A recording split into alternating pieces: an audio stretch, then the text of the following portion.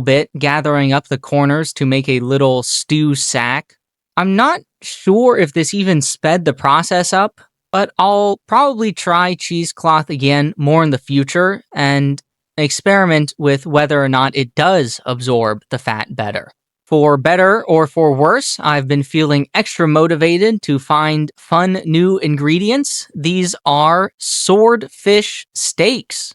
I feel like if any fish can hold up to the heat, it's probably gotta be swordfish.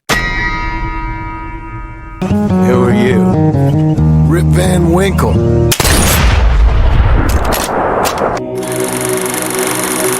These penguins are all heading to the open water to the right.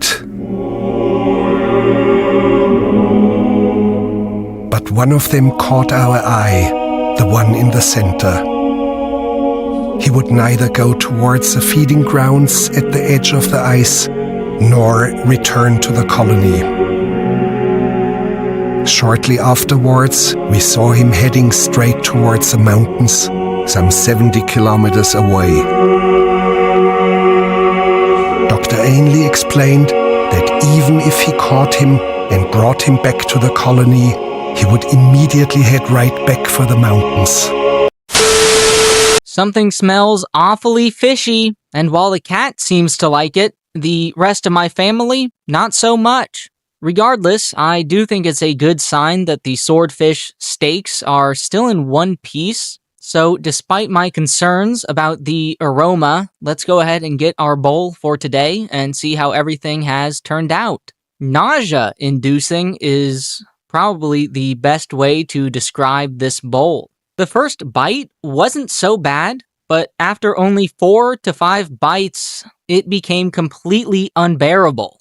I skipped the accoutrement once again today so that I could focus on the novel ingredient, and I can say that was a dire mistake.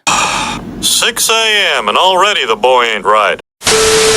Nefarious situation with the Perpetual Stew today. I believe my cat jostled the exhaust fan and unplugged it, and overnight the house filled with that fish smell. I have been dreading this since I walked in from the shed, but let's go ahead and see how everything has turned out. And I have brought the spoon that represents my feelings on the matter.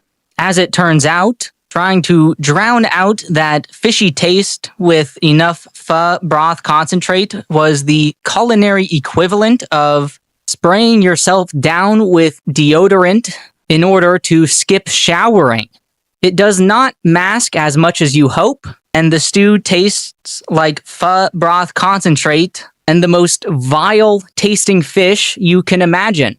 It has somehow only grown in potency overnight, which is pretty rare, but unfortunately we will not be mesh straining since I forgot to go grocery shopping. Mr. Electric, send him to the principal's office and have him expelled! The swordfish situation remains odious. This has me quite distraught since I really wanted to like swordfish. I think it is by far one of the best named fish. I challenge you to name a cooler sounding one. Let's go ahead and get our bowl for today and see how everything has turned out. It is still pretty bad. Worse, actually, since the rice has absolutely been overcooked and has taken on a texture I can only describe as gloopy. 3 out of 10.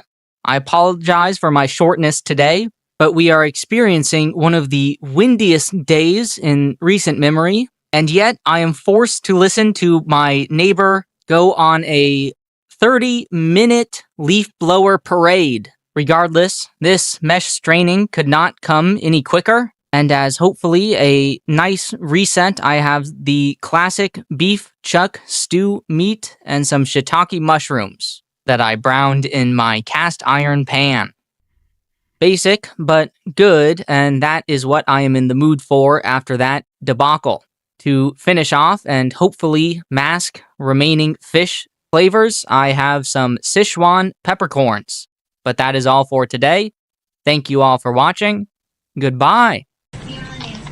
To make a long fucking story short, I put a whole bag of jelly beans up my ass.